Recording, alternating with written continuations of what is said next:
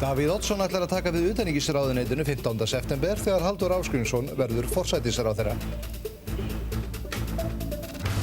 Davíð segist í veikindum sínum hafa áttað sig á að allt í heiminum hverfult en nú sækir hann í sig styrk og kraft. Óttast að fellibylurinn Charlie hafi tekið líf tuga manna á Flórída. Eyðileggingin gríðarleg. 96 ára gömul hetja sýndi það á þessum fagra degi að svifflug íþrótt fyrir alla aldurshópa. Og þúsundir manna nutu þess að hlýða á fagra tóna óma 5.000 ára gíg í blíðviðrinu í Grímsnesinu í dag. Gott kvöld. Davíð Oddsson forsætisráðherra ætlar að taka við utanríkisráðuneytinu 15. september þegar Halldór Ásgrímsson tekur við lyklavöldum í stjórnarráðinu. Hann segist vera að sækja í sig styrk og kraft eftir aðgerðirnar miklu sem hann fór í á dögunum. Davíð Oddsson og Ástríður eiginkona hans tók á móti Göran Persson forsætisráðherra Svíþjóðar og eiginkonu hans á heimili sínu síðdegis. Sænsku forsætisráðherra hjónin hafa verið í fríi á Íslandi frá síðustu helgi en þau héldu heim aftur í dag. Í tengslum við heimsókn þeirra ræddi Davíð við fréttamenn í fyrsta sinn eftir að hafa gengist undir aðgerðir vegna illkynja æxla í nýra og skjaldkirtli auk þess sem gallblaðra hans var fjarlægð.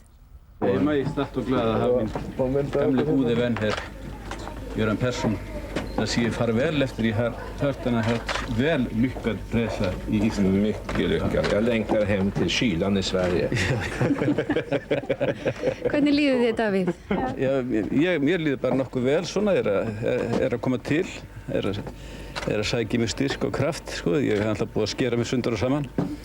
Ég er með stóran skurð hér eins og þið vitið. Ekki sína. Ég vís til þess. Og svo annað hérna og hérna. Já, ég er ekkert að fela eitt eða neitt. Það hjálpa kannski til að hafa hjúkrunarkonu á heimilinu? Já, hjálpa mikið til. Já, ég er að reyna að passa að fara sér ekki á geist. Hann vill fara svolítið brett upp. Já. En hann þarf að fara svolítið varlega. Við höfum sjúksögurski með maður. Já. Og hvernig fer það því að passa upp á það? Setjum í rúmið Ég setja svolítið í rúmið og læta hann halla sér smá stund. Kannski svona 10 mínútur og svo fer hann aftur í gang. Þetta kemur allt í rólegheitunum. Ég veit að þetta tekur tíma og ég er alveg þolinmóður bíða. Það hafa verið miklar sögur hvað þú ætlar að gera eftir 15. september. Hefurðu ákveðið þig? Nei, ég hef ekkert ákveðið neitt ennþá. Ég ákvað að ta imod min gamla vän här och hans fru och ha det hyggligt men så ska vi ta lite mer tid till att spekulera om sin framtid. Man spekulerar mycket om sin framtid när man ligger back i hospitalet. Så. Ja, och det var en ting som jag måste vilja gärna inte ha lägga mig till men efter man har varit där så är det en erfaring som man glömmer aldrig och lär från. Det har jag gjort. Davíð virðist hafa ákveðið framtíð sína á meðan hann drakk mólakaffi í eldhúsinu með sænsku forsætisráðherra hjónunum. Fréttamenn ríkismiðlana sem mættu seinna fengu nefnilega viðtal við hann eftir dvölina í eldhúsinu og virtist Davíð þá vera búinn að ákveða að taka við utanríkisráðuneytinu í haust. Hvað það helst sem þú hefur lært af þessari reynslu? Já, auðvitað hvað allt í heiminum hverfult og hvað auðvelt að kippa manni úr umferð. Þú ert einn daginn kallaður svona einn af þessum valdamönnum og svo næst verður þú bara að gera það sem hjúkrunarfræðingarnir segja þér og eins gott að líða. Reynda voru það alveg yndislegar, þessar hjúkrunarfræðingar yndislegir og læknarnir sem að sáu mig þarna þannig að það var geta kvartað þá maður að hlýða. Davíð segist eiginlega stoltur af þeirri góðu þjónustu sem Landspítalinn veiti. Hann hafi verið meðhöndlaður af ákveðinni, festu og mikilli velvild. Það var allt mjög snöggt, engin aðdragandi, ég var bara þarna allt í einu og svo dundu nýjar og nýjar fréttir á manni eins og gengur og allt það leysti þetta fólk vel úr hendi og hafði mann samráð, bauð mann upp á kostil, útskýrði hvað væri fyrir hendi hvort þú værir að horfa upp í himinnið eða ofan í kistubotnin, það gat svona hvort sem verið hvort tveggja eins og gengur. Var það einhver tímapunktur þar sem þú óttaðist lífið þitt? Ég maður sjá alvörun, já alvörun var alltaf mjög mikil og þarna var allt í húfi, mjög mikið í húfi en þeir gerði þetta afskaplega vel læknarnir. Ég held að vinir 5 læknar komið að þessum 4 skurðaðgerðum. Þetta var svo skrítið, þetta voru 4 megin sem virtust ekkert eiga neitt sameiginlegt. Þannig að vilja svona sækja mig heim tíma. Takk kærlega fyrir. Kærlega. Davíð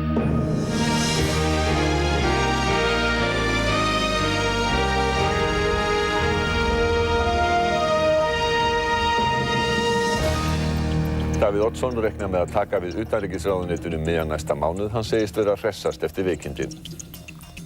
Forsætisráðherra segir ljóst að Bandaríkjaforseti láti þoturnar á Keflavíkurflugvelli ekki fara án vilja Íslendinga þrátt fyrir yfirvofandi niðurskurð hjá hernum í Evrópu. Mikil spenna nú í borginni Najaf eftir að samningaviðræður Íraksstjórnar og Sjítaklerksins al-Sadds sigldu í strand. Íslenska karlalandsliðið í handknattleik tapaði fyrir heimsmeisturum Króata með 4 marka mun í fyrsta leik liðsins á Ólympíuleikunum í dag. Eðlilegt að stjórnvöld borgi kostnaðinn ef íslensk skip verða tekin við veiða við Svalbarða og færð til hafnar í Noregi, segir framkvæmdastjóri LÍÚ. Björk Guðmundsdóttir söng á setningarhátíð Ólympíuleikanna í Aþenu í gærkvöld við góðar undirtektir. Ný plata hennar væntanleg á næstunni en á henni eru engin hljóðfæri notuð. 4.000 til 5.000 manns sóttu tónleika í Kerinn í Grímsnesi í dag þar sem margir helstu stórsöngvarar landsins komu fram. Gott kvöld, nú hefjast fréttir laugardaginn 14. ágúst. Davíð Oddsson forsætisráðherra hyggst taka við utanríkisráðuneytinu 15. september. Forsætisráðherra Svíþjóðar og eiginkona hans heimsóttu Davíð og konu hans á heimili þeirra í dag. Vel fór á með þeim Göran Persson og Davíð Oddsssyni enda eru þeir gamlir vinir, þrátt fyrir að vera í sittvorum stjórnmálaflokknum. Forsætisráðherra hjónin drukku saman te á heimili Davíðs og Ástríðar konu hans í Skerjafirðinum, en Persson hjónin héldu síðan út á flugvöll eftir velheppnað frí á Íslandi í eindæma veðurblíðu. Davíð kom heim af sjúkrahúsi í vikunni og líður betur. Mér líður bara ágætlega svo leiðis, þetta alltaf koma. Þetta voru stóri skurðir, bæði hér í Kviðarhóli og svo hálsinum upp.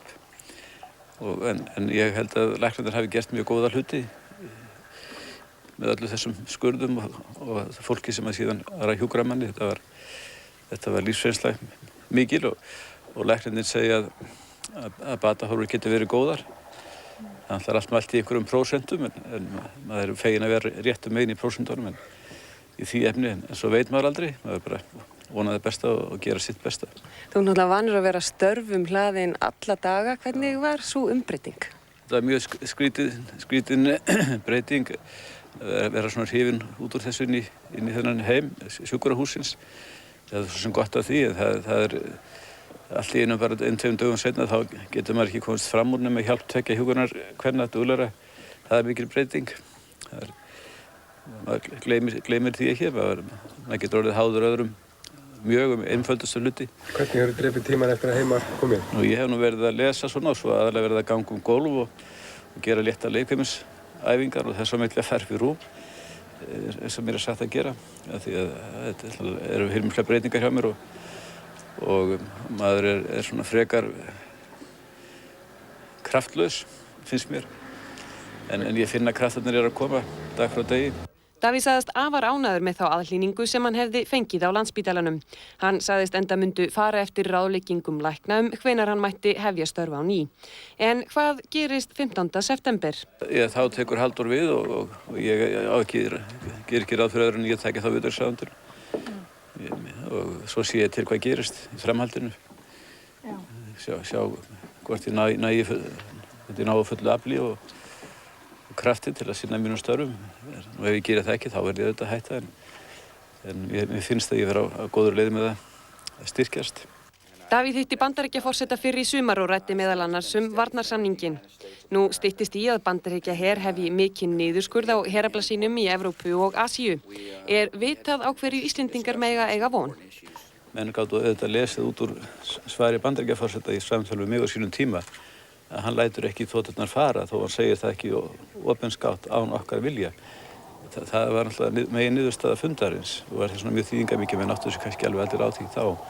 En hann vill hins vegar, og það er sanngjarnt að við tökum aukinn þátt í rekstrar þættinum vegna breyttrar hátta, vegna þess að almennt flug, borgarlegt flug er orðið meira en var áður og svo framvegis og okkar starfsemi orðið virkari, þannig að það er sjálfsagt að við tökum meiri þátt í því, en ég las það svo fram úr orðum Bandaríkjaforseta því átti með góð samtöl við að hann lætur ekki þoturnar fara án samþykkis okkar. Hann var mjög hreinskilinn við mig í þeim efnum og það er mikil trúnaður ríkir á milli okkar.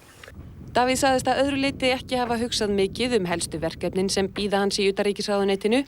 Hann ætlaði að leyfa sér að hugsa fyrst og fremst heilsuna næstu vikurnar.